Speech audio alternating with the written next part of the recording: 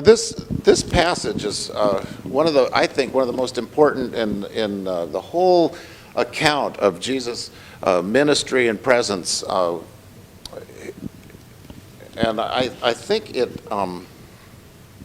is crucial to our understanding what it means for us. Like even as an emerging church, like we are, the Harbor. What does it mean for us to be following Jesus, and what does he want to do with us?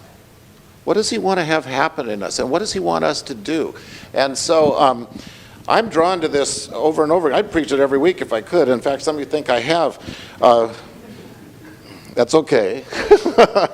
But there's some certain things that come out of this that are just so essential to understanding how God works in our life. And the first one is this whole issue of power and authority. That Jesus gives them power and authority. Now, I've grown up in church. I've been in church all the time and my whole life. Power and authority become big issues in churches. And unfortunately, it's usually a twist of what Jesus is talking about. And you end up having power struggles and all these things going on because people are jockeying for position or authority or something, and they miss what is happening here. And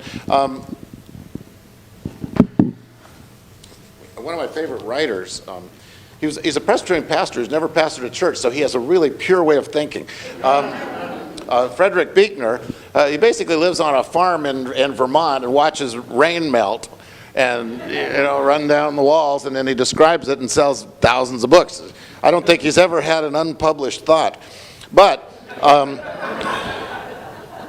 he's really pure about the church because he's never actually been in one, so it's great. But anyway, here's what he says. The power of God stands in violent contrast with the power of people. It is not external like people's power. It's internal. By applying external pressure, I can make a person do what I want them to do. That's man's power. Right? As for making him do what I want, as for making him be what I want him to be, without at the same time destroying his freedom, only love can make this happen.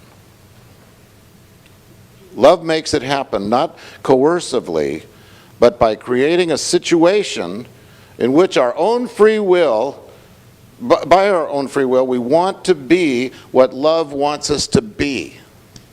You see the difference that he's talking about here? This is very, very important for us, because usually when we throw out the word power, it immediately deals with how much can you make somebody do something? How do you get them to do the right thing the right way? And I got to tell you, this week I learned how powerless I am, because we had that family vacation in Southern California.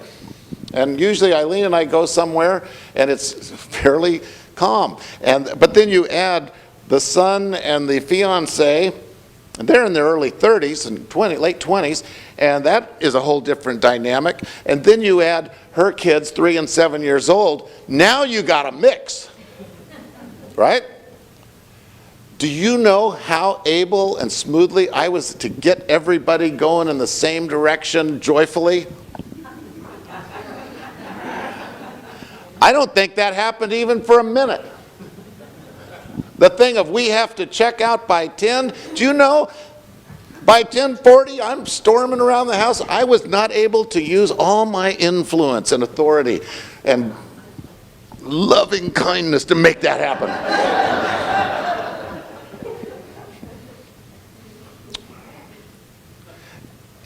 And yet, I kept going back to it. Doggone it, I'm going to make this thing work. I felt like the Griswolds and Family Vacation. We're going to go to Wally World no matter what. And anyway, it was about that effective. But what he's saying here is the transformation that God wants to have happen in us is an inner one, right? It's not tweaking the outside and getting you to do something. It's what transforms inside, and only his love is powerful enough and personal enough and redeeming enough to bring about the transformation inside so that we want to be what he's calling us to be, right? Now, in this passage, we find Jesus gathers the disciples. They've all been called, and they're probably thinking, now we're ready for class to start, right? We're gonna start studying Jesus and see where that takes us. And instead, he says, all right, go. Go. And let me get this thing here. Now, I think I'm a little bit more skeptical than most. He doesn't give them really a mission. He doesn't clarify it. He doesn't give them a 5-year goal plan. You know, like every MBA program has that, right? You have your goals and your PERT charts and how you're going to accomplish it. You work backwards in time so everything is framed. As far as we know, Jesus didn't do any of that. Obviously lacking leadership. It says he gives them power and authority. He gives it to them. And that's kind of a dangerous thing in my mind.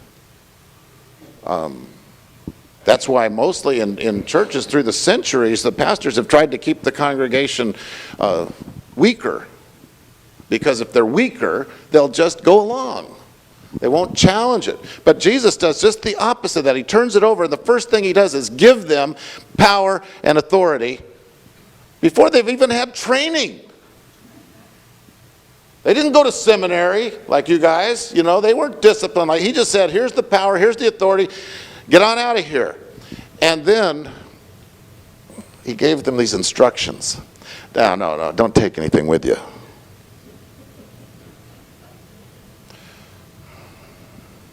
And when you go somewhere, stay with somebody in their house, which, you know, my family did that growing up. We always found an obscure relative in Kansas or somewhere, we'd stay with them. It's like, who are these people? And then he says, and if you pick a lemon, right, and you don't like the people, you don't get along with them, you can't jump and go to the neighbor's house.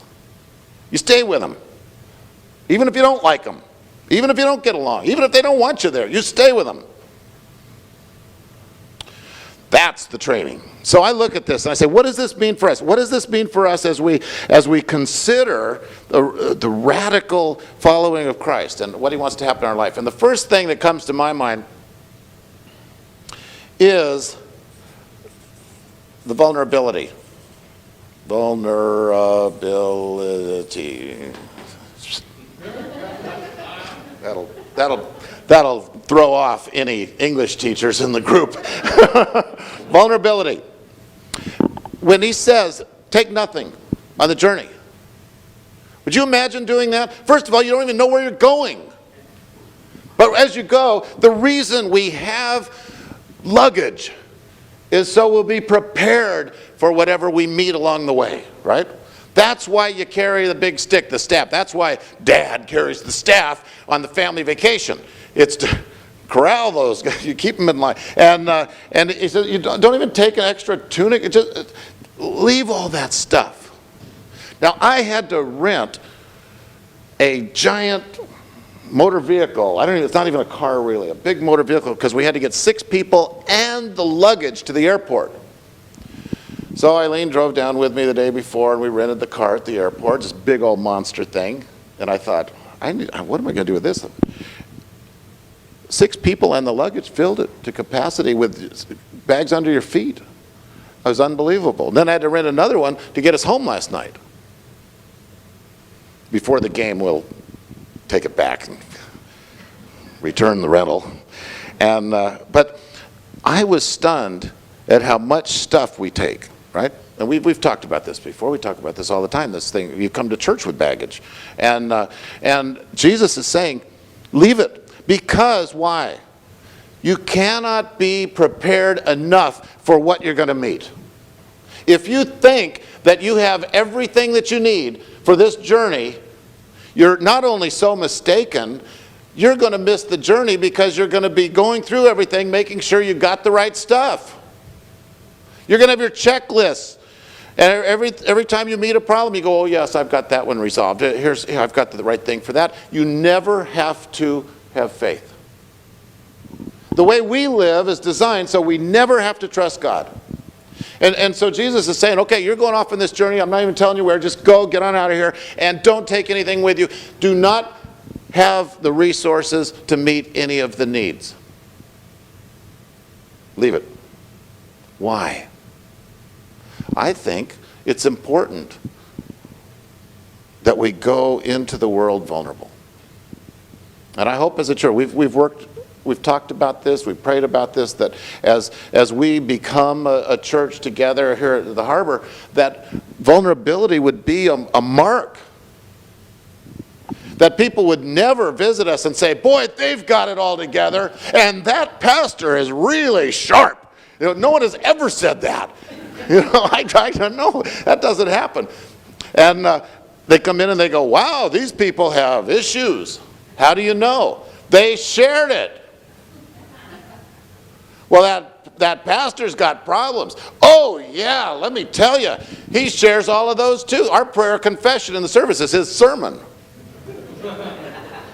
But you think about that and you go, if the disciples are going to go out into the world, into the unknown with only the power and the authority that Jesus gives to them, they have to have their heads up and their eyes open to see the people that they're meeting, to engage, and then to trust God to show them how to handle and deal with and respond to the needs around them. So vulnerability becomes so key in this first mission that the disciples are sent on. The second one, and we talk about this all the time too, accountability. Accountability. We don't know it actually from the Luke passage, but if you look in Matthew 9 or in Mark, it tells you that he specifically sent them out in pairs. Nobody went out by themselves. And that makes so much sense, but it is something that we get away from. And I'm guilty of it. I get some idea for ministry, some crazy idea. Well, I think we ought to do this, and what do? I jump in and try and do it. Usually to great failure and frustration, not just to me, but frustration to anyone around me. And Jesus' model for the radical experience is that we always do ministry with others. And I'll tell you what, that's one of the first things to go when we're planning. Because I've had, over the years, people have come to me, Pastor, I have a dream for ministry. I have this great idea, and here's how we're going to do it, and here's what's going to happen, blah, blah, blah, blah. And I go, great, who are you doing it with? Well, I don't need anybody. I got it all worked out. Who you doing it with? Pastor, you're not hearing? I said, I got it all. Here's the plan. This is what I'm going to do. I go, not here, you aren't. Why? Because we were never made to do ministry alone. That's some concoction that came after Jesus. That's not the biblical model. We do ministry with. Now, here's the frustrating thing, okay? Just in case it hasn't crossed your mind yet. The frustrating thing is when you do ministry with somebody else or with a group of people, guess what? Oh, problems. Oh, I don't call them problems, I call them frustrations. But that's okay. Problems, yeah. You know why? Because they get their own ideas. They get, here, I've got the plan, I've got the whole thing worked out, we're moving, let's go on this thing. And then they go, well, have you thought of this, John? Well, yeah, I thought of it, and I decided no.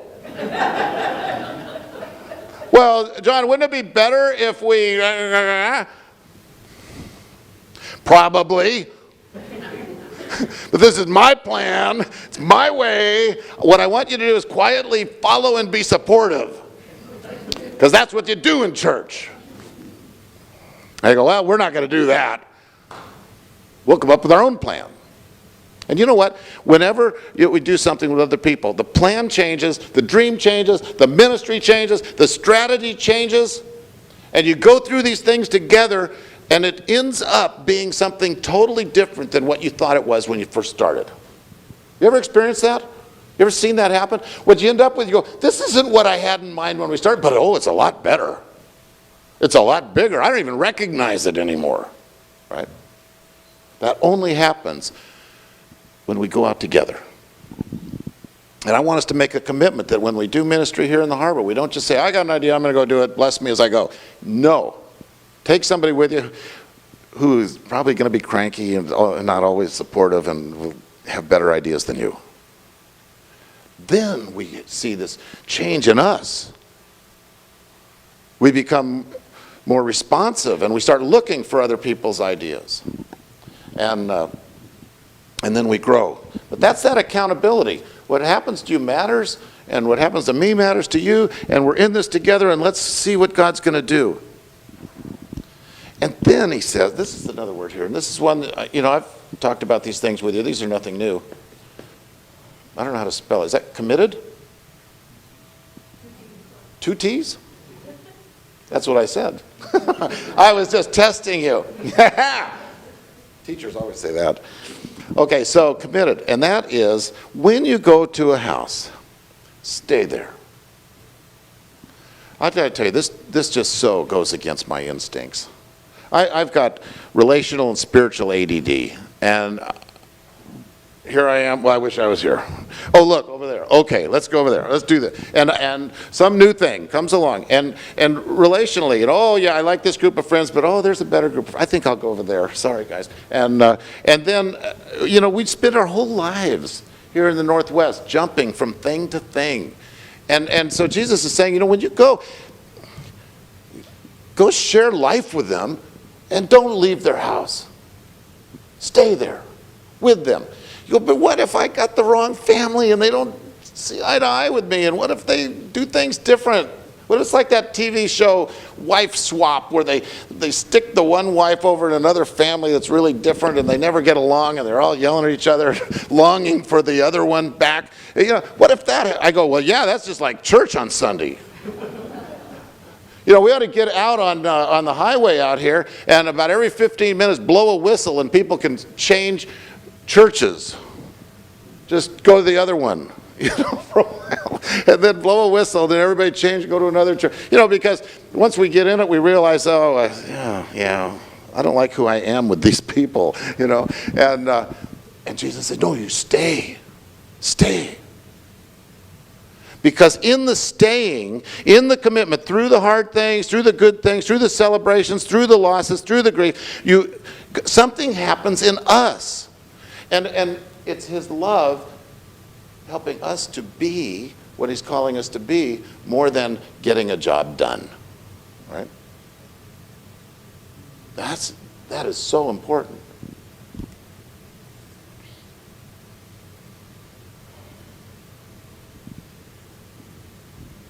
And then the fourth one. And this is, to me, really important. As somebody who's failed miraculously a lot, perfected failure, this thing of, if they don't receive you, shake the dust off your feet as you leave. Walk away. And this, we've talked about this before. It was Lloyd Ogilvie, the former chaplain of the Center, who said that this, more than anything, is God's gift of a sacrament for failure. This is the sacrament for failure. A holy act in which Christ is present as you go, well, that didn't work. And you go on. So this actually becomes a gift of freedom.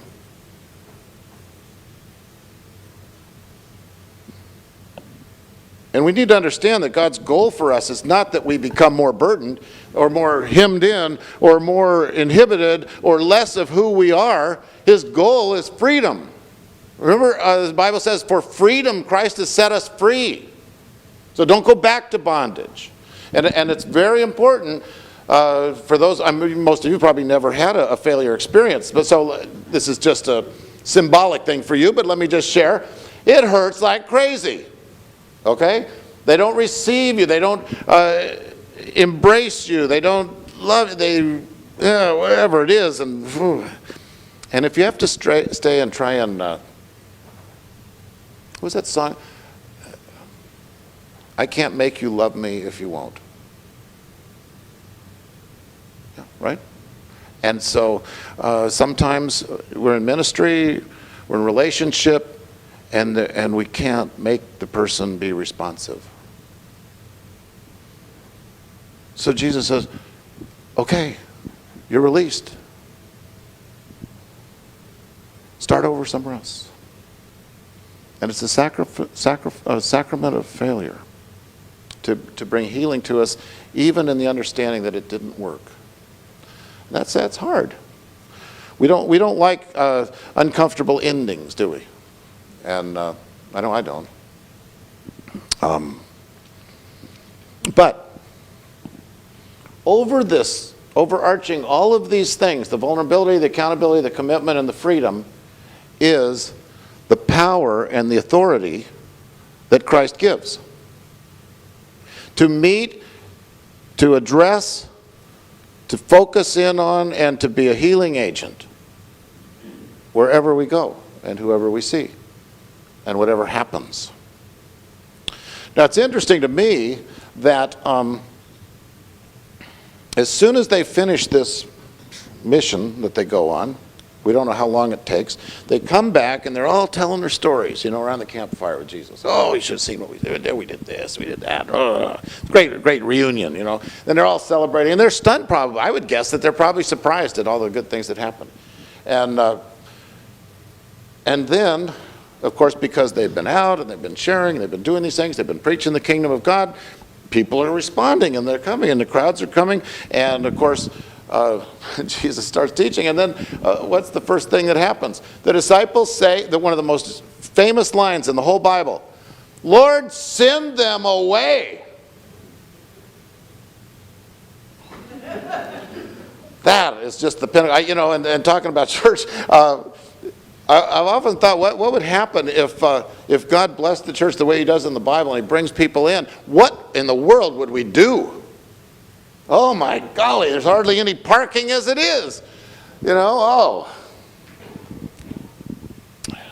Lord, just send them away. Make them go away. We were having such a good time with just us. That was really effective ministry, Lord. That was discipleship. But these others, they're needy. They've got hungers. They've got, let them go out to the villages. Now you notice that Jesus sent the disciples out into the villages, and now the disciples are wanting to send the crowd out to the same villages. Go, get. We never get it right.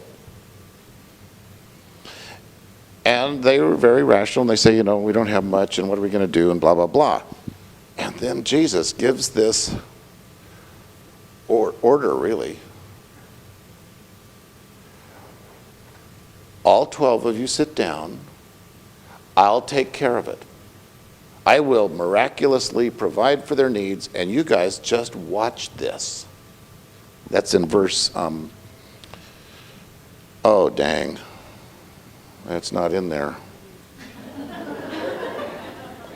Verse 13, he replied, you give them something to eat. Well, they just explained that they didn't have what was needed, and it wasn't going to work out well, and what he ought to do is just send them home and take it. And then he's not even listening to them, not paying attention to their planning strategies and their appropriating things, and he says, you do it.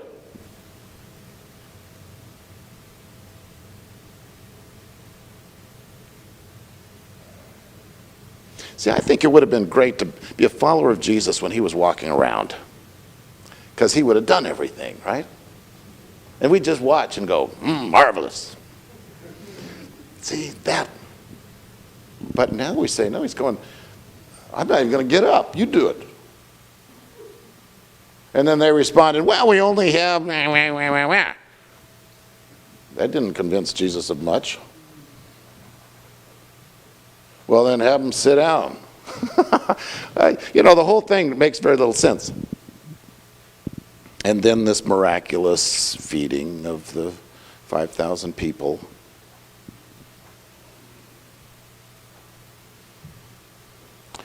What's the message here? It all comes back to the very beginning.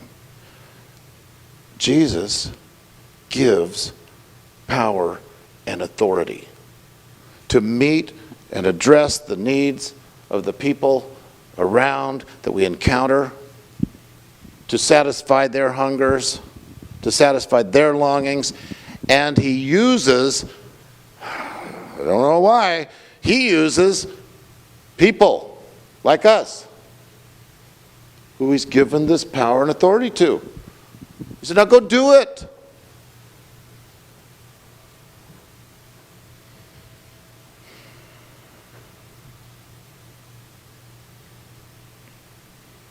I think we've spent a couple of thousand years waiting for Jesus to return so he could take care of stuff, instead of actually taking seriously what he says and going out in accountability and vulnerability and commitment and in freedom and saying, Lord, what would you have happen today? What would you have happen in me? Lord, how can your love transform me so I actually start to be the person that you've called me to be in this situation, in this problem, with this need, with this group of people? How can that happen? Jesus says it's really easy. I've given you the power. Now just unpack your stuff and go. And we'll be surprised at what happens, because it's really his power, right? It's not ours. Now in some ways, I don't know if we're like the disciples or if we're like the crowd. Some days I feel disciple-y and some days I feel crowdy. But I think that there's no difference, because Jesus meets us where we are and wants to fulfill the longings of our hearts, satisfy the hungers in our soul, address the issues and the problems and the conflicts in our relationships and in our life, and he wants to be Lord of our life. We sang to that today, that he would be our whole life.